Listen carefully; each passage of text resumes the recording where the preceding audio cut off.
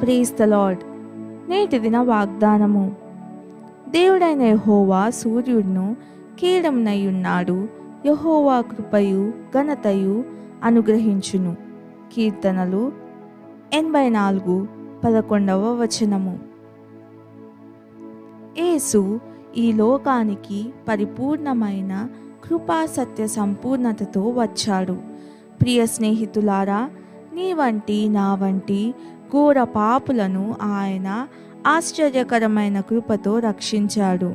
ఆ అద్భుత కృప సమస్త విషయాలతోనూ ఉత్తమములుగా తీర్చిదిద్దుతుంది.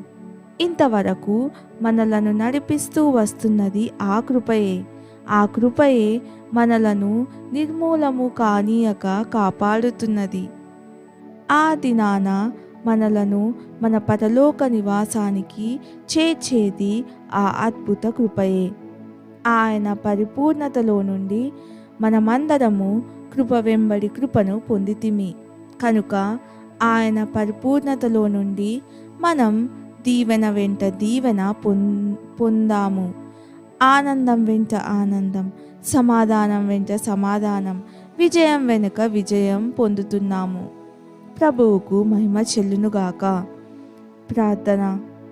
ప్రియ యేసు, నా ఎడల నీవు కనపర్చిన అద్భుత కృపకై వందనాలు. అలాంటి కనికరాన్ని నేను ఇతరులతో పంచుకునే భాగ్యం అనుగ్రహించండి.